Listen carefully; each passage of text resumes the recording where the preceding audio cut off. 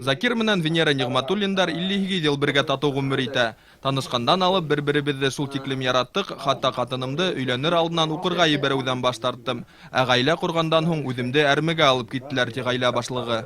Әрмәнән кайтырга, укырга дигән үземә максат куеп кайттым инде. Әрмәнән килүгә безнең уже кызыбыз булып торды. 52 елга кадәр. Уфала яшәгән кызыбыз. Элек ватанды хаклаучылар һәм бөтә дөнья катын-кызлар көне киң билдәләнмәне. Шуңа күрә лә бер-беребезне туган көн менән генә котлай торгайнык ди Закир агай. Хәзер иһә был 2 көндә бер юлы 4 байрам үткәрәбез ди улар. 7 март мин һине котлайм, мине туган белән котлайм. Байрам әтеге Дин Советской армия төберде бит инде. Ул вакытта мин һине туган көнең белән котлайм. Һин миңа бүләк алып бирә, шулай була торган иде. Закир һәм Венера Нигъматуллиндар 6 кыз һәм 1 малай үстергән. Уларның әле 16 иян һәм иянсәре бар. Гомеребез бушка узманы. Гел бер-беребезгә терәк булып тордык. Хәзер төп хыялыбыз бүлә-бүләселәрне генә күрү ди улар.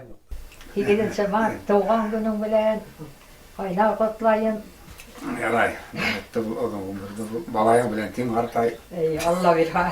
Шулай тай. Булат Камалов, Андрей Аксаев, Башкортстан юлдаш телевидениеһы, Әбиәлил районы.